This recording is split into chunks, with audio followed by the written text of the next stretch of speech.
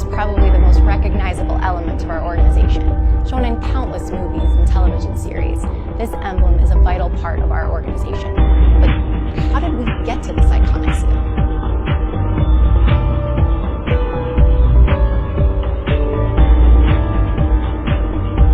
President Truman signed the National Security Act of 1947, which established the Central Intelligence Agency. 2 years later, Truman signed the CIA Act of 1949, which gave the agency the opportunity to create an official seal. So how was the seal selected? Believe it or not, it started with a contest. A notice was issued to all agency employees inviting them to submit suggestions for a suitable design for the seal. Originality and appropriateness rather than artistic talent were the criteria for judging. The initial contest yielded about 12 designs, but the judges deemed none of them to be acceptable. The CIA Museum staff doesn't know what all the employee designs looked like, but this design here is a favorite of the employee submissions. After none of the original submissions were selected, CIA then turned to the U.S. Army Heraldic Branch, today's U.S. Army Institute of Heraldry. The Heraldic Branch presented CIA leadership with several designs that were very similar to the seal we have today, but in a variety of color palettes. The agency submitted the design to President Truman, who approved the seal on 17 February 1950, and he signed several copies. Each part of the CIA seal has meaning. The American eagle is our national bird, but to the CIA it has even more meaning, as it represents awareness. Our mission is to stay vigilant, 24 hours a day, 7 days a week, and to keep an eye on things happening around the world. The shield symbolizes defense, and how the CIA is the nation's first line of defense from those who seek to harm us. Finally, the compass rose in the center of the shield signifies the convergence of intelligence into one central location. Walking across the CIA seal never gets old. It is a constant reminder that you are a part of an important mission here at the CIA.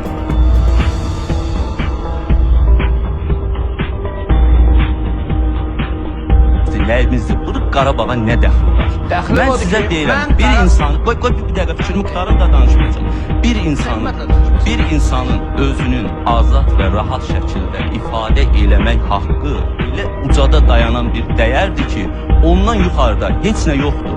Sənin Füzulin də, sənin Əlağa Vahidin də, sənin bütün sənət adamların, bütün mədəniyyət adamları həyat amalına çevirib insan azadlığı, fikir azadlığı.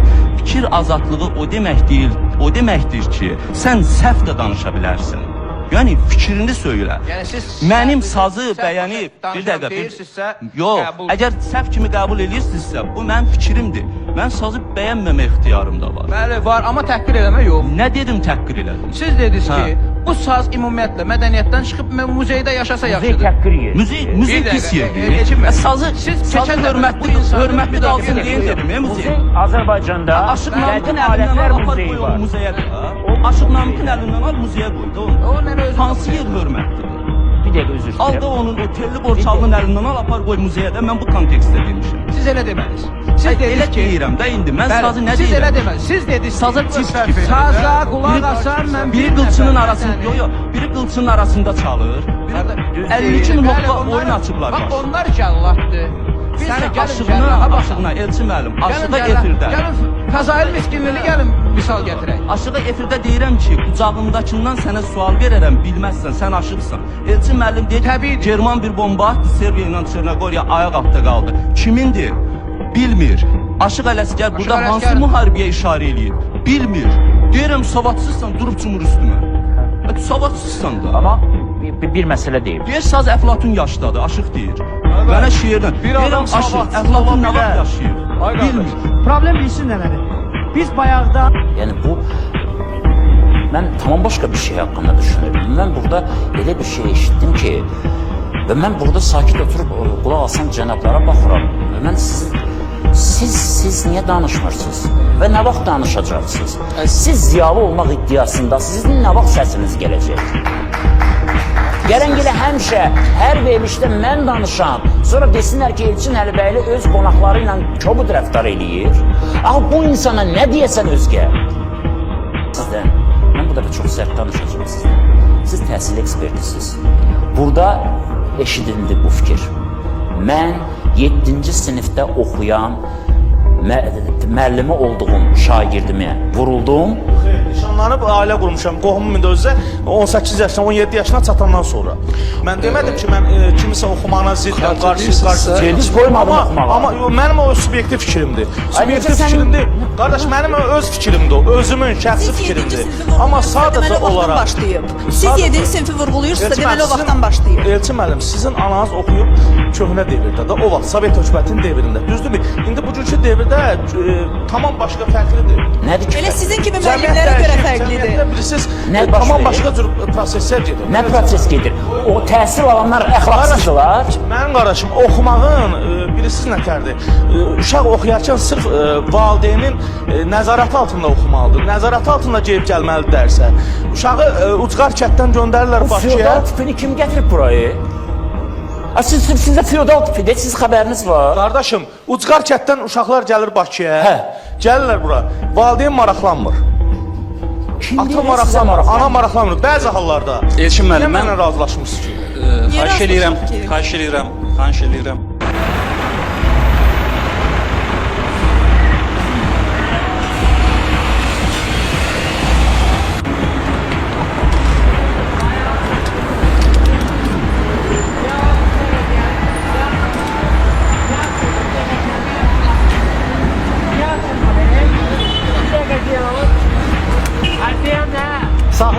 Saxla.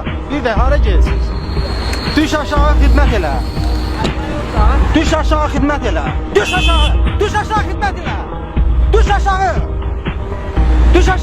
elə. Düş aşağı xidmət elə. Düş aşağı. Gəl bura baxma. Get qalan. Düş aşağı xidmət elə. Düş aşağı xidmət elə. Niyə 50? Mən bilməliyəm. Və yaxşına bildim.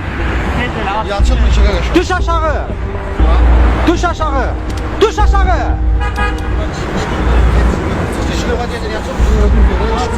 aşağı. Əllər üçün nəzərdə tutulur. Mən bilmişəm. Əllər üçün nəzərdə tutulur.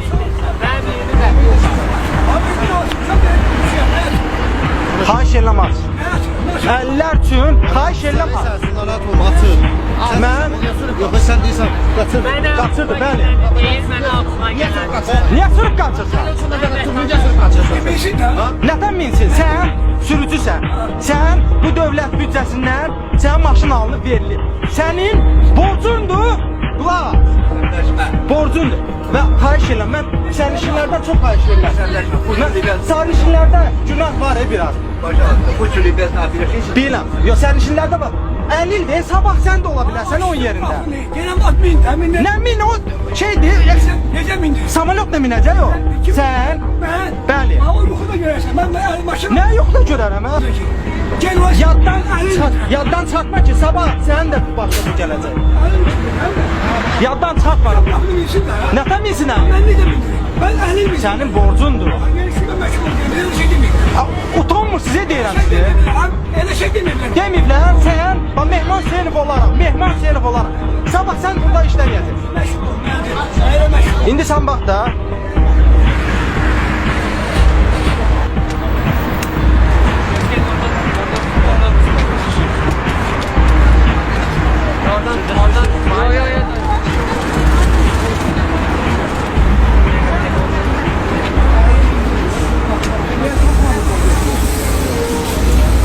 O saxlamayan da adi vətəndaş deməlidir ki, saxla. Elə düz da.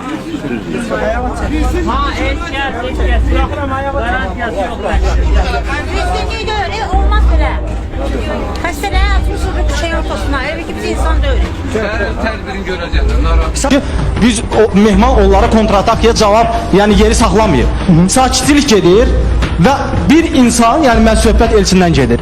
Düşünür ki, aha, sakitçiliksə mən həmişəki kimi, yəni bu hansı sistemin şəxsidir, həmişəki kimi qoy bir dənə deyim ki, bu şoudur. Və axşam yazır, Elçin müəllim və axşam yazır ki, mən alışma partiləsəydim. Bir dəqiqə, siz çox mənim atmazsınız. Gəlin, sözümü kəsməyin və yazır. Mehman sözünü kəsməyin, buyurun. Mehman Hüseynov bu video montajdır Və bunların güya sübutu var ki, avtobusda nəzarət kamerası var, oradan sabah video yayacaq. Aha, mən də ikinci dəfə mən deyirəm ki, Bəli, avtobuslarda həqiqətən də nəzarət videosu var, kamerası var. Mən də daha çox rahat oldum. Dedim, indi bir dəfə də bunların üzünü açacağam, ictimaiyyətə təqdim edəcəm. Növbəti gün mən gedirəm artıq şirkətin rəhbəri ilə görüşürəm. Şirkətin rəhbəri ilə danışır, açıqlama verir ki, bəli, biz 14 gün qolmuşuq və salam və salam. Elçin müəllim neyniyir? Elçin müəllim götürür, gedir Eynullah sürücünü tapır və sual yaranır. Niyə Eynullah, yəni Elçin Eynullah'ı kişi kimi qoyub kameranı çəkmir? Niyə gizlin çəkir? Yox, mən deyirəm, niyə gizlin çəkir? Bir dəqiqə. Özü desin sonra Mən deyirəm, niyə gizlin çəkir? bəli, Və sən və sənin tərəfdarların Bəli. bildirdilər ki, 100% yaxınlaşıb özü bilə-bilə bunu danışdırıb sürücünü ki, sən belə denən və ona əsasda da biz onu çəkdik ki, gizlindən olsun bu və hər kəs də bilsin ki, fakt olaraq sürücü nəyə səmimi etiraf eləyir və bundan əlavə, sürücüdən əvvəl biz, həmin sənin dediyin o rəsmi şəxs vardı, İbrahim bəy, Faiq Xalqoğlu, MMC-nin, bilmirəm orada nə idisə, işçisidir, məsul şəxsidir sizin dediyinizə görə.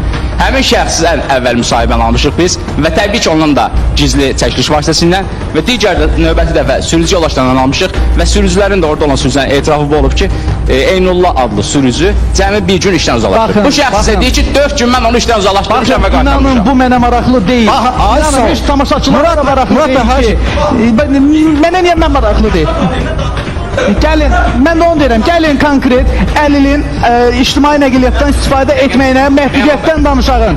Avtobus sürücüsü işdən çıxdı, onu bərpa elədilər, əli bərpa elədi, mehman bərpa elədi, bu heç kəsə maraqlı deyil. Biz mən sizə sübut Heç kəsə maraqlı deyilsə, yaxşı bu şəxs niyə çıxıb şey? Bir dəqiqə də Mehman bəy. Niyə çıxıb orada yazmışsınız ki, mən çıxartdım və qaytardım? Çünki mehman Yox, mən çıxartdım və qaytardım. Orada olan sizi izləyən izləyənlər niyə ağlatırsınız? ilk növbədə humanistlikdir və ikinci növbədə mehman Sən işdən çıxaracam deyən təhqir eləmək, özündən az belə deyim, dahvələrlə çox olan bir şəxsi deyirsən ki, telefonla oğlu zəng vurur. Sən götürüb sən atanın üzünə. Bəli. Sən onu niyə görə deyirsən ki? Bəli. Niyə görə az yaşlı bir uşaq təhqir edirsən? Son saniyə. Biz gördük, mən sizə sübut elədim ki, biz burada problemdən danışmayacağıq. Bu